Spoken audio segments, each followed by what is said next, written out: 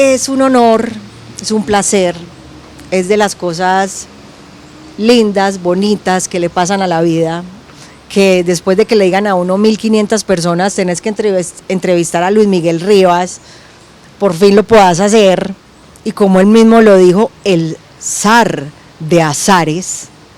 Luis Miguel, ¿cómo estás? Muchas gracias, Paula, no, muy contento también de esta entrevista tan particular, tan sui generis, que además nos conocimos así de sopetón y después ya estamos acá haciendo una entrevista. Leía hace poco, investigándote, porque te investigué como una loca, mejor dicho, me sé tu DNI, y te hacían una pregunta, la número 17, y decía, ¿con qué cliché literario se le identifica? Y vos respondías, en este momento con el cliché del escritor que contesta preguntas para una revista, con tono espontáneo y actitud desparpajada. Nada más cliché que el escritor espontáneo. Yo siempre preparo muy bien mi espontaneidad. Dígame, ¿qué también la tiene preparada para hoy? No, nada, hoy vine con las armas bajas porque estoy en Guayabao, no alcancé a preparar nada, va a salir naturalmente. Hola. El personaje que uno igual ya tiene armado, inconscientemente le sale el piloto automático. Espero que me ayude ese personaje. Espero que te ayude, espero que Dios te ayude. Hay una anécdota muy bonita y es que a vos te tocó La liebre y la tortuga versión paisa. Ajá. Contanos por qué te llegó tanto ese relato. Yo lo tengo. Sí, porque era en el colegio La Salle de Envigado, me acuerdo, estaba en segundo primaria. Y no sé, casi todo lo que uno leía o le ponían a leer o veía, todas las historias eran como de Europa, de Grecia, bueno, entonces una historia que nos la contaran donde los personajes pasaran por las calles que uno conocía, por los lugares que eran como entrañables de uno, le daba como mucha más fuerza y vitalidad a esa historia y me marcó mucho. Y también yo creo que desde ahí empecé a pensar o a sentir que la literatura no es algo ajeno de espíritus especiales y de gente que está por allá en el limbo, sino de lo cotidiano, de lo que vivimos todos los días, pues ahí está como la vibración básica de la literatura, y creo que desde ese momento, sin pensarlo, sin saberlo, como que tuve ese primer acercamiento a esa manera de entender la literatura y el arte pues en general. Y después te llegó El flautista de Hamelin. Sí, y después ya mi madre, no, creo que era por esa época, yo ya le había dicho a mi mamá que me comprara un libro, me compró El flautista de Hamelin, pero Flautista de Hamelin, por ejemplo, habla de Hamelin, una aldea europea, es la peste, bueno, de todas maneras era otra historia de otro país, pero la esencia es linda, la esencia de la historia, pero esta de la tortuga y la liebre sí hablaba de nuestros lugares, pues con un nombre, el rompoy de San Diego, la subida de Las Palmas, bueno. A vos, hay una tendencia nueva y es de que los escritores que escriben sobre el barrio tienen mucho también de autobiográfico, pero pues la aprendida soy yo pues, autobiográfico. Cuando uno te lee a vos es como uno estar conversando con vos, el más bacán, de pelo larguito, así, todo solladito. Cuando uno te lee a vos es como ese diálogo que entablas con uno, es a propósito, obviamente, de ese diálogo que nos propones, o es solo porque la historia se te ocurrió así y así me salió, la vomité así, pues, por como dicen. Yo creo que cada texto tiene procesos muy distintos y en ciertos temas yo me siento muy bien con la primera persona, ¿cierto? Con el yo, porque primero que todo no te obliga a tener la erudición de un narrador omnisciente que tiene que conocer todo lo que pasa alrededor, el antes, el después, sino que su única responsabilidad narrativa es lo que ve y lo que otros le cuentan, entonces a veces, y a veces lo que estoy contando es algo del barrio, entonces es mucho más fluido contarlo con esa voz y un poco con el tono de alguien que está en la esquina, un chico que está en la esquina hablando con los otros y le está contando un relato.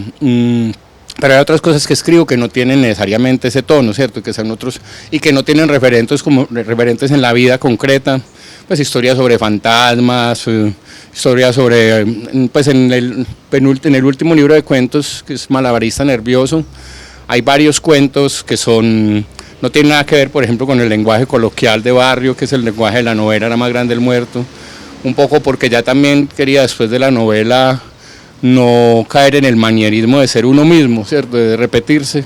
Pero ojo, con ese te ganaste el Premio Nacional de Cuentos acá en Colombia. Exacto. Malabarista nervioso. Con ese libro, y era como una apuesta que yo no sabía si eso iba a funcionar o no, ¿cierto? Porque funcionó, sí, para mucha gente pues que se me acerca y les ha gustado, también ha tenido críticas obviamente, como todo.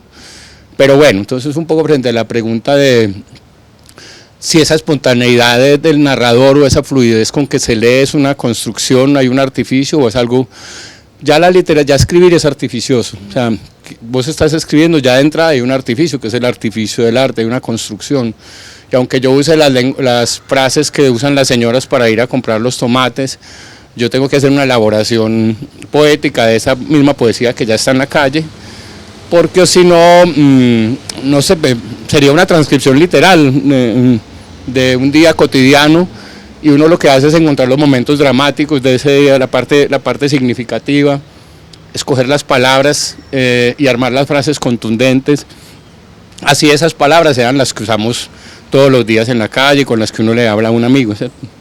A vos te llegó el humor por Daniel Samper Pisano, que fue como de los primeros libros que leíste. ¿Qué piensas tú del humor? Porque hay gente que dice, no, es que yo soy muy charra, yo me voy por una fiesta y yo hago reír a todo el mundo.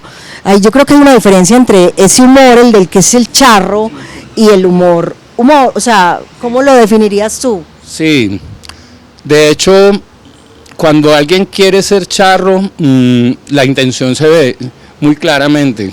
Tengo el alma de la fiesta, el tipo que llega o la chica que llega a la fiesta y es la que se sabe todos los chistes, tiene un desparpajo y todo eso, pero a veces también hay una construcción de personaje, se nota que quiere ser charro, o charro se montó sobre ese personaje. Eso no obsta que también produzca risa y que sea eficaz, ¿cierto? Pero de entrada me parece, ya hay un artificio muy notable, ¿cierto? Pero mucha gente lo hace muy bien, hay otra gente que si no lo hace muy bien y además se suma la intención de querer ser charro, es como una especie de fracaso para un humorista. Y yo creo, el humor es sobre todo una manera de mirar, más que una manera de querer afectar a los otros, es una manera primero personal de mirar, que es una manera oblicua. O sea, hay realidades que yo no las veo de frente, si las veo de frente me atropellan. Entonces el humor se hace a un ladito y mira eso desde otros ángulos, incluso ve su lado absurdo, y por eso cosas que nos producirían pavor nos pueden producir risa. Digamos, esa mirada susquineada, oblicua, que es, pues yo cada rato digo esta frase que creo que es de Roque Dalton, ya hasta olvidé si es de él, que es: un humorista es un niño asustado que va caminando por un callejón oscuro y se pone a silbar, ¿cierto? Entonces del humor hay una grieta también, ¿cierto? Hay un miedo, hay una fragilidad, ¿cierto? Entonces, bueno, y entonces eso es como una manera de ser, ¿cierto? Yo creo que uno puede formarse como humorista, lo mismo que podría formarse como poeta, pero si no hay algo en tu base, en tu natural, en tu manera de estar natural, que mire la vida así, puede llegar a ser un buen profesional, pues en eso, pero se requiere otra cosa, ¿cierto? Otra vibración. Sí, A vos, que estoy acá que te pongo una tabla, yo a vos te veo súper ansioso, pero vos decías, si yo no medito, yo tendría que tomar pastillas psiquiátricas. Decime cómo una persona con este movimiento de pierna puede llegar a meditar. Pero, bueno, por ejemplo, a vos te afecta ese movimiento de piedra. No me afecta, me impresiona. Pero mira, es muy curioso porque yo no me doy cuenta. En estos días allá en Argentina fui a la universidad donde enseña la mamá de mi hijo y fui con él. Entonces, primera vez que me vio como en un evento público hablando, y yo soy como tranquilo, y después entonces lo que dije: pero estás muy nervioso, te estaban temblando los pies. Y claro, mucha gente me lo ha dicho, yo no, ya como que puede ser una manera inconsciente de tramitar los nervios, pero yo, por ejemplo, mientras hablo no me estoy sintiendo nervioso, me siento hasta cómodo, pero es una reacción, y sí, uno puede ser nervioso y meditar mucho, pues es que, como puede ser, a mí me dicen es que, ¿a vos para qué te ha servido tanta puta meditadera si bebís bebiendo? Yo, ¿te imaginas cómo bebería si no meditara? Entonces, ¿te imaginas cómo me temblarían esos pies si no meditara? Paralítico. Pero venga, yo hago una pregunta. vos decís, yo voy a terapia, es algo muy argentino, muy argento analizarse, mira, es muy argentino. ¿Lo adquiriste ya estando allá o ya venías analizándote acá? No, desde siempre, y creo que también un poco como por la manera de estar en el mundo como escritor, es estar mirando y mirándose también, y mirándose uno en relación con eso.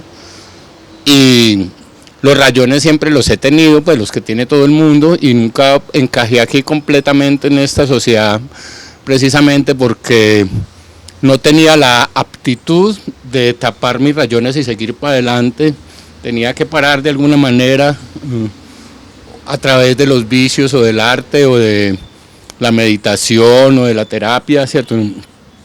Entonces creo que sí, acá logré empezar alguna vez una terapia, no psicoanálisis. Ahora, en Buenos Aires es porque está mucho más, y está mucho más centrado, digamos, en el psicoanálisis en sí, ¿cierto? Y es más naturalizado y hace pues parte de, yo creo que mientras los paisas van al odontólogo, los porteños van al psicoanalista.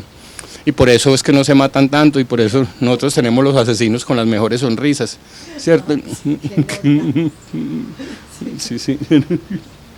Sí, pero bueno, nunca he terminado una terapia, pues, cosa que siempre me pasa algo. En una época no tenía plata, en otra parte no, siempre había alguna razón para no adelantar la terapia. Ahora estoy con otra persona en la terapia, y creo que también he pensado como más, hace parte hasta del proceso de querer irse y de no querer verse en el fondo, que un momento siempre uno saca alguna disculpa para no terminar la terapia, pero bueno, esperemos a ver que en algún momento lo que falta de vida pueda terminar una terapia.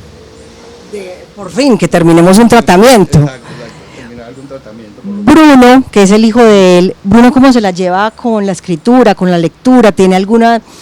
Pues uno sabe que los hijos son talentosos en algunas cosas que uno dice, no, mi hijo pinta horrible, pero uno sabe si el hijo escribe bien o no. ¿Cómo se la lleva con la lectura, con la escritura? Sí, yo he tratado como de no meterle a los trancazos nada, ¿cierto? Como un amigo que, el niño recién nacido, dice que mira, tiene manos de escritor, y yo, tiene manos de escritor, bueno, no he querido como... Tiene un lápiz debajo del brazo. Claro. Sí. No, he querido, pero por ejemplo sí, pues somos padres separados, entonces también es una circunstancia, pero siempre mientras está conmigo, siempre le leí, ¿sí? Por las noches, y siempre hay una cosa con las historias, y en un momento, y ahora está en la época de los videojuegos, entonces no volvió a coger los libros. Yo no le digo nada, ni trato de meterle pesa a los trancazos, porque también he descubierto que los videojuegos son otra narrativa, hay unas novelas en otro lenguaje, entonces él me está ayudando a conocer otras narrativas. Y él sobre todo más visual y más de las artes plásticas, siempre está haciendo cosas con plastilina, siempre está... y ya bueno, no sé qué vaya a pasar con él, pues, pero por lo menos creció en medio de libros cuando está en mi casa, siempre están los libros ahí, siempre están las historias, me oye conversar con los amigos de novelas, de cuentos. Yo creo que eso de alguna manera crea una atmósfera mental que le puede servir en algún momento para algo, o no, pues, pero al menos existe. Sácame de una duda. Cuando a vos te llamó, vos ibas en un bus que decís que estás dando clases acá, súper aburrido, que te llamó una amiga para que te fueras para Buenos Aires. Esa amiga es la mamá de Bruno. No, es otra historia, no, era una amiga. Digo, bueno, vale. No, era una amiga, Laura Cardona, que vivió ahí un tiempo, luego ya hace años se vino acá. No, a la mamá de Bruno la conocí, colombiana, pero la conocí después de una amiga que fue a hacerme la visita.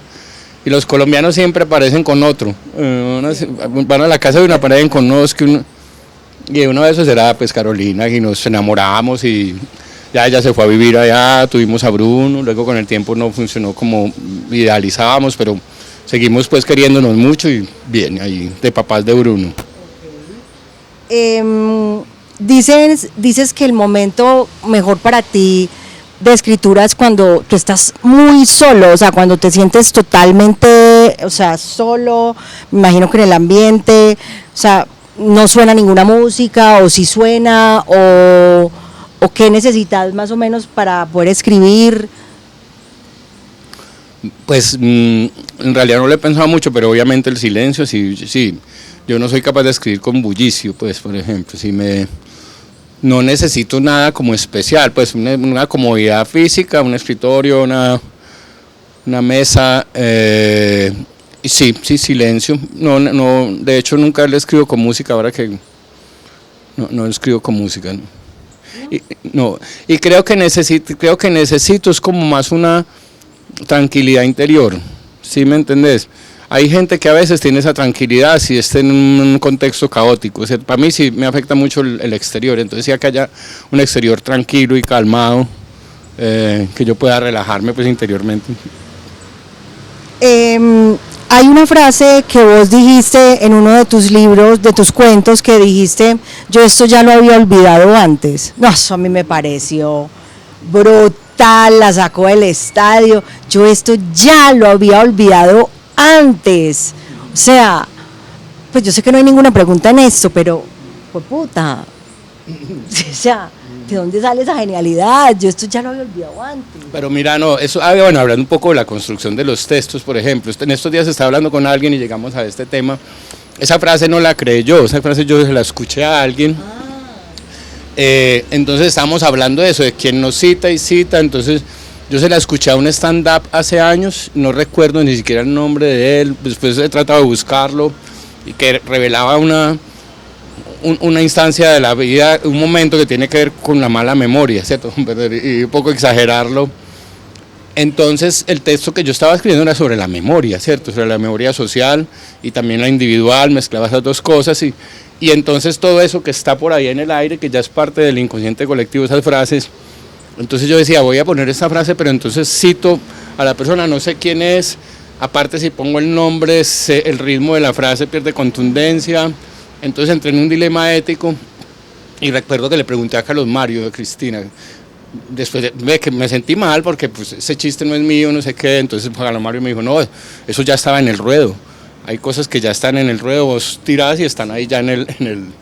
Ahora, otra cosa es que vos agarres una idea ajena y si el artículo estuviera centrado en ese fuera el concepto central y fuera, si te está robando pues como un concepto inicial, pero bueno, sí, bueno, aclarar, en cualquier espacio aclarar que de todas maneras el arte se hace también de eso, de una compilación de cosas de los demás, del pasado, del presente. Entonces, bueno, sí, yo ya tengo Alzheimer con déjà vu, ¿será que es cierto? Me encantó. Si tu vida fuera un género de película, ¿qué género sería? Como eso, como me gustaría que fuera más bien una comedia romántica. ¿Te gustaría una comedia romántica? Me gustaría que fuera una comedia romántica. ¿Y cómo es? A veces como un drama del neorrealismo pues italiano, que son gritando, una pieza chiquita, no mentira. No sé, o como a veces es como una película de esas lentas, de la nueva ola francesa, o de Tarkovsky, que hay que mover el proyector para que se mueva. Y bueno, hay de todo, hay momentos y pero en general yo creo que a veces es un drama mexicano, a veces es una telenovela, no ni una película, una telenovela mexicana. Nadie nunca me había dicho telenovela, qué bueno, qué bueno. Sí. Sí. Entonces, bueno, sí, yo soy muy cercano al kitsch y al melodrama, a lo melodramático, y a lo cursi, a lo mañé, y soy mucho eso. ¿Y qué banda sonora tendría? Depende de la época, pues no sé, ahora por ejemplo, ahorita estaba escuchando todos esos días, tú, en mi mente tú, na, na, na, na, na, na, na, na. En cada célula vives tú. Ella se llama Noelia. Hoy sí, casi no tuvo otras canciones, sino esa, pero estaba también con una de Cristian Castro. Vuélveme a querer, no me lastime, ven aquí a decir cómo se vive con el frío en el alma. Pues llegar a decir eso, cómo se vive, venía a decirme cómo se vive con el frío en el alma. Pues, bueno, entonces... Así, depende de la época y lo que me esté pasando, la banda sonora cambia, pero casi siempre En general me gusta mucho la música que despectivamente llaman de planchar, ¿cierto? Y que, nada, es otra manera de sentir de ciertas personas. Hablemos de dos personajes que para mí han influido mucho en mi vida, no digamos en el humor, sino en su manera de ver el mundo y en su manera de escribir, así lo puedo decir, y son Kino y Peter Capusotto. ¿Qué tenés para decirnos acerca de esos dos referentes y qué opinas de ellos y si te parecen unos genios o no? Sí, no, dos espíritus grandes de la contracorriente, ¿cierto? Y el pensamiento crítico cruzado por el amor, por el humor, como decíamos ahora, pues que el humor también tiene eso, que es una manera de enfrentar el poder. Ante un chiste bueno vos solo podés contestar con un chiste mejor, si te quedas callado da razón, si te enojas da la razón. Entonces el humor al poder le obliga a develar la inteligencia que tenga o a develar su brutalidad, ¿cierto? A sacar la poca inteligencia que tenga para responder o a develar la brutalidad. Entonces Kino, por ejemplo, fundamentalmente era eso, era una visión sin concesiones ante las injusticias, ante el funcionamiento torpe de este mundo, pero cruzado por la ternura y por la agudeza, por la brillantez, ¿cierto? Cuando todo eso está junto, porque no es solo el panfleto, ni la queja, ni el ataque pues, de francotirador, sino que es toda una comprensión de un espíritu que es lindo. Y Capusotto ya es un poco más bravucón pendenciero, bueno, también es otro arte, es la actuación, ¿cierto? Kino se entendía con el dibujo y con más básicamente con el concepto. Y aunque trabajaba para medios masivos, revistas y periódicos, el acercamiento a su obra más de verlo, de Capusotto es de la televisión, de la actuación, y bueno, aparte de que es un genio, él y Saborido, pues que son la pareja, cómo observan y cómo ven la sociedad y cómo ven un problema de la sociedad sintetizado en un personaje que se inventan, ¿cierto? Sí. Exacto, puede ser musical o los personajes, Nique Vainilla, Violencia Rivas, ¿cierto? Y cómo también se ríen de sí mismos, pues que es una cosa linda que tiene Argentina. Es una sociedad que también se ríe de sí misma, pues se toma en serio, pero se ríe de sí mismo. Entonces un poco lo que hace Capusotto aún es reírse de esas mismas torpezas argentinas y de su misma arrogancia, de su mismo sector facho, de su mismo sector progre, que en el fondo es conservador, bueno, todas esas delicadezas, esos matices. Entonces tener primero la agudeza para ver eso, la inteligencia para acercarse a eso de una manera crítica y el talento para hacer de eso humor, que cuando vos es como cuando uno se ríe de cosas y dice, ¿por qué me estoy riendo de esto si esto es tan terrible? Pero a través de la risa entra una comprensión de eso. ¿Sí? Porque una de las cosas que yo le decía a Camilo, si Mickey Vainilla existiera acá en Colombia, Mickey Vainilla ya le hubieran echado 2 tiros saliendo del estudio. O sea, nosotros no tenemos la tolerancia para este tipo de humor. No, y Capusotto existe como Kino existe, porque en la época de Kino había 300 ilustradores, estoy exagerando la cantidad, pero podría, incluso a lo mejor no es exageración. Había todo un movimiento de ilustradores, de caricaturistas, y había una industria editorial de revistas y de periódicos que daban trabajo a eso, era un trabajo, ¿cierto? Y eso a la vez va perfeccionando va haciendo una exigencia profesional, ¿cierto?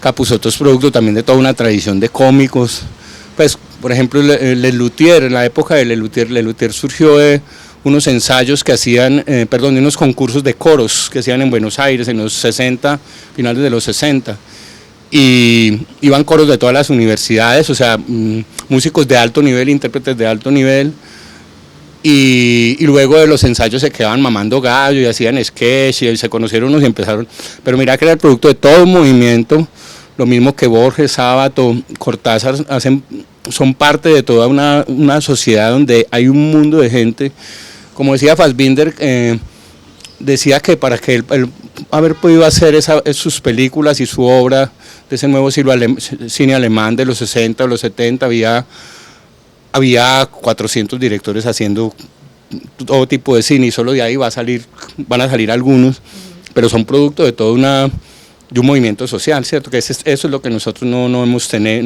tenido y que no permite que se consolide, por ejemplo, un arte nacional, una literatura nacional, un cine nacional, que uno sí ve pues algunos avances y todo eso, pero no hay como esa cosa de identidad que tienen los argentinos, los mexicanos o los cubanos. O los españoles. Los españoles, exacto. Estas son unas palabras rápidas, unas preguntas rápidas, entonces va a ser así, ta. ¿Cómo el fracaso ha moldeado tu vida? Deformándome. ¿A quién conoces tú que yo debería conocer? ¿Qué vos deberías conocer? Fernando González, ya que estamos acá. ¿A quién has leído últimamente? Marcel Proust. ¿Qué personaje de un libro te encantaría conocer? El coronel Aureliano Buendía. ¿Qué es lo más raro que has hecho en público? ¿Qué he hecho en público. No recuerdo, no recuerdo. Muchas cosas raras, pero no recuerdo. Sí, a lo mejor son muy vergonzosas las cosas y las olvidé. Okay. ¿A quién te gustaría pedirle perdón? Ay, a nadie, me hace que a nadie, me salve así, a nadie. Okay. Si alguien escribe un libro de ti, ¿cómo se llamaría? La debilidad es más fuerte que la fortaleza. La debilidad es más fuerte que la fortaleza. ¿Cuál es tu recuerdo de infancia favorito? Con una tía viendo llover y hablando, contando historias. ¿Qué temas te faltan por escribir? Infinidad. Algunos que todavía ni siquiera sé que están ahí para ser escritos, pero que necesitan serlo. El placer culposo. ¿Qué tengo que decir del placer culposo? No, ¿cuál es tu placer culposo? Puede ser los vicios en general, pero sí, el licor y los vicios. Si fueras el octavo enanito de Blancanieves, ¿cuál sería tu apodo? El octavo, eras el más chiquito que el último. Habían 7, había gruñón, perezosín, vanidoso. Sí, sería indeciso, puede ser. Esto ya pues sí, retomando el curso, ¿qué le quieres, cuál sería el legado tuyo para dejarle a la literatura tanto colombiana como latinoamericana, como universal? ¿Qué te gustaría dejar? Sí, es un poco grandilocuente la perspectiva. En realidad, en serio, no pienso en eso.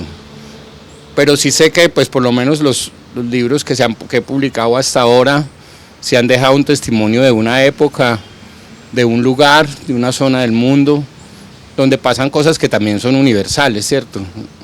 Entonces es una pregunta sobre la compañía, sobre la necesidad de amor, sobre la necesidad de ser querido, sobre las distintas maneras que hay de valorar a una persona por su dinero, por lo que es, bueno, no sé, digamos que todos esos temas están ahí, contados en historias que ocurren en un lugar y una época que tienen en un tiempo, en unos años, cuando no estemos, si alguien también quiera saber cómo era esto, va a leer no solo mis libros, sino de la generación de escritores, pero mis libros aportarán también a eso, ¿cierto? Entonces, digamos, como material histórico y también un poco como reflexión sobre nuestra sociedad, sobre por qué somos como somos, por qué actuamos como estamos, por qué estamos como estamos, y tiene que ver mucho con nuestra manera de pensar y de sentir el mundo, ¿cierto?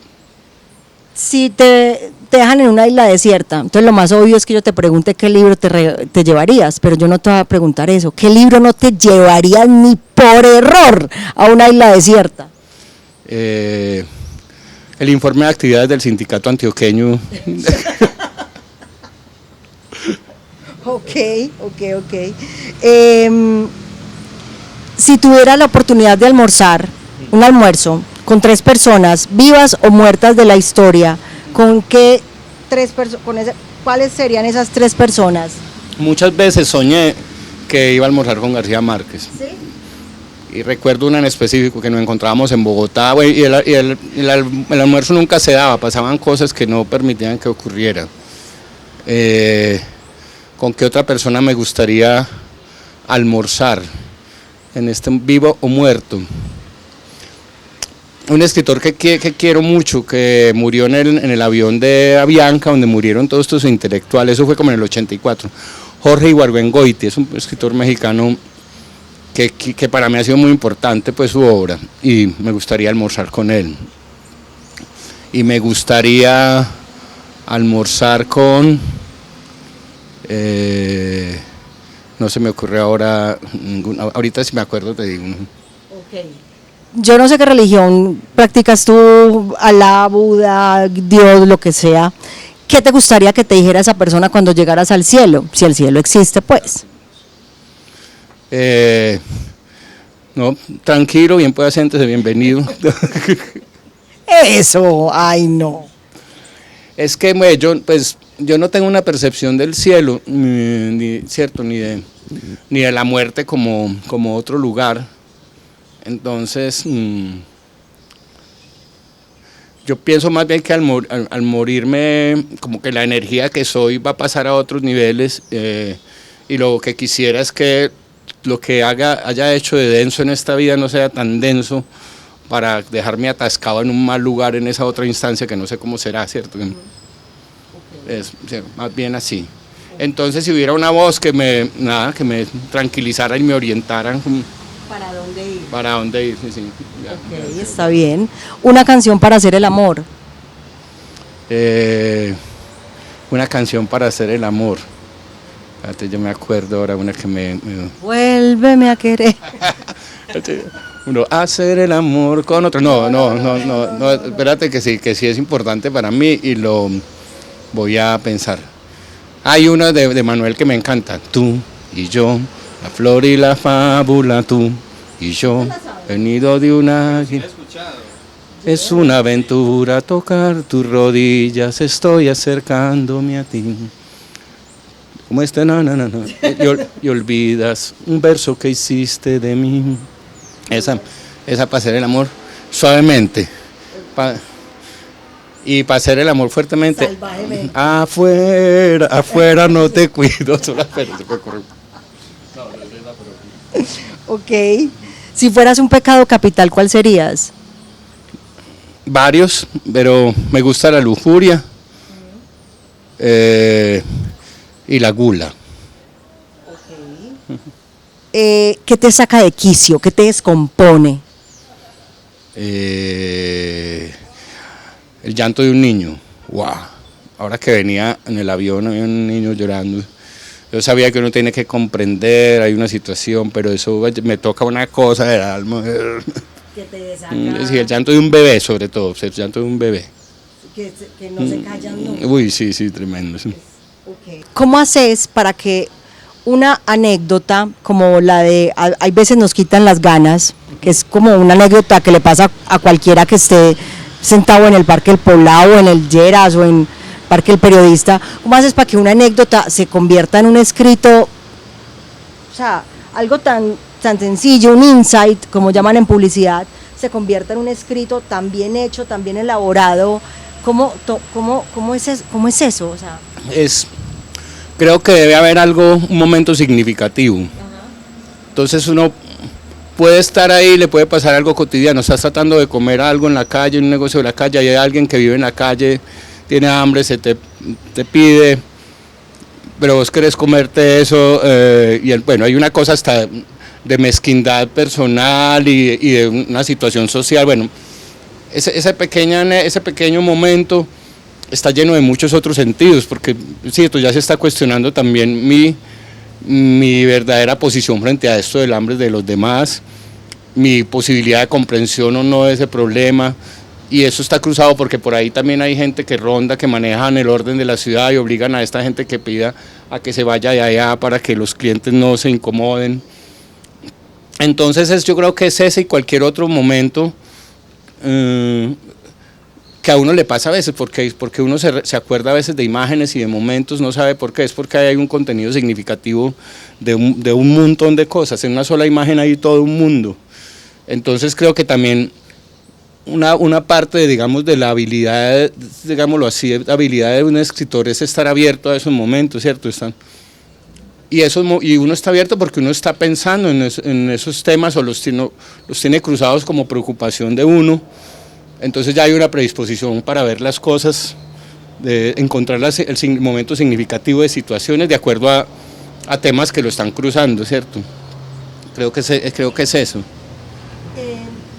¿Sos más caleño, más envigadeño o más porteño? No, envigadeño, soy súper envigadeño. Sí, pues no como una defensa, ni como que quiera hacerlo, ni que me guste mucho, bueno, no, pero soy, pues como que si lo veo en mí, o sea, mi manera de ver, y cuando vengo acá también como que soy de acá. Y por mucho que en Buenos Aires, en otro país uno nunca deja de ser extranjero, eso es inevitable, pues así te cases con una persona de allá, si vivas, te articules a esa vida, hay algo que siempre vas a ser un extranjero, siempre. Aquí también tengo una sensación de extranjería porque yo llegué acá también como a los 8 años, viviendo en otra parte, en el campo, y hay algo que también no tengo un padre, pues no tengo toda esa tradición y entonces, y en Cartago sí fue así por accidente, entonces menos, pero creo que si de algún lugar soy desde acá, pues digamos que. Vos, ¿qué tenés vos como de los escritos de Andrés Caicedo? Pues vos sos súper parecido a él, alto, flaco, de pelo larguito, pues no te has suicidado, no te nos vas a suicidar, por favor, pero ¿qué tenés vos de Andrés Caicedo en tus escritos? Para mí fue muy importante encontrar a Andrés Caicedo y a Fernando González, que eran escritores que hablaban con la lengua de uno, ¿cierto?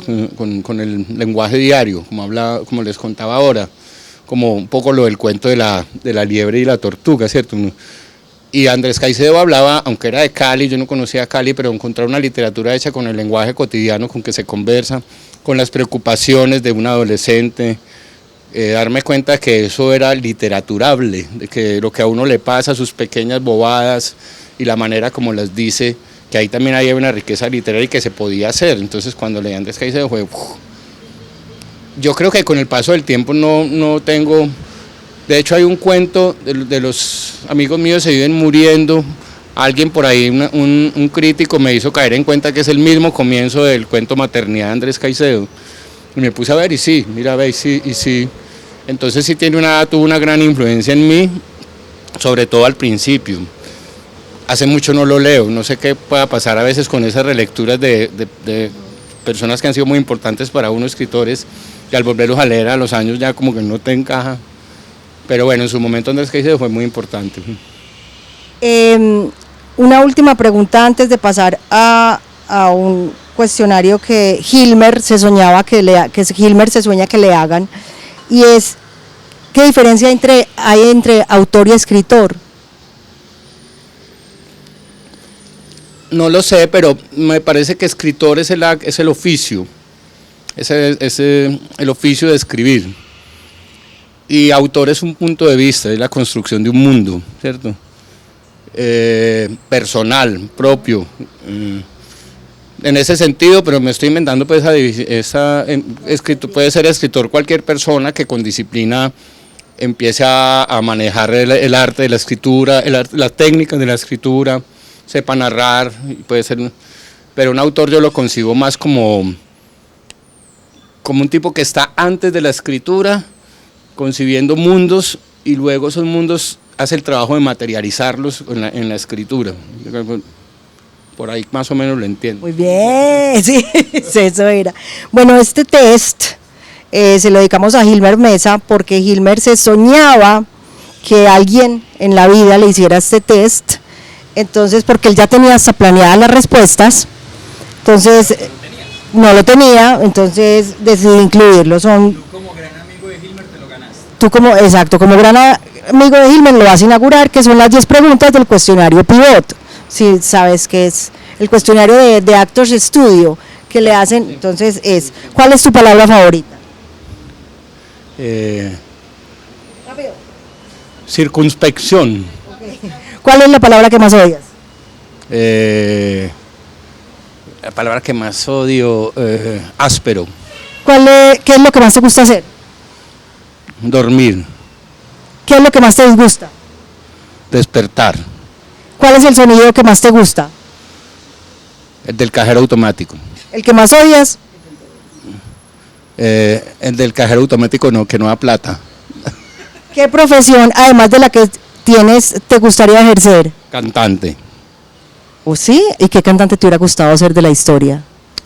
Cristian Castro. Ok. ¿Qué profesión no te gustaría hacer? ¿Qué profesión? Sí, cantante. No te gustaría. Ah, que ingeniero. Si el cielo, bueno, si el cielo existe, o sea que ya no estaba tan mal con él. Y como la televisión es tan corta y no nos pagan nada, la última pregunta es, si la Biblia estuviera en alguna sección en la biblioteca de libros, ciencia ficción, cuentos, novela, ¿en qué sección está la Biblia? Mitología y espiritualidad. Perfecto, muchísimas gracias. Es un placer haber tenido a Luis Miguel Rivas. Esperamos que te haya gustado la entrevista. No, todo muy bien, muchas gracias a ustedes. Lo mejor del mundo. Nunca me habían hecho una entrevista tan maravillosa. Muchas gracias, Bobito. Bueno, gracias. Ay, no, tan cansón.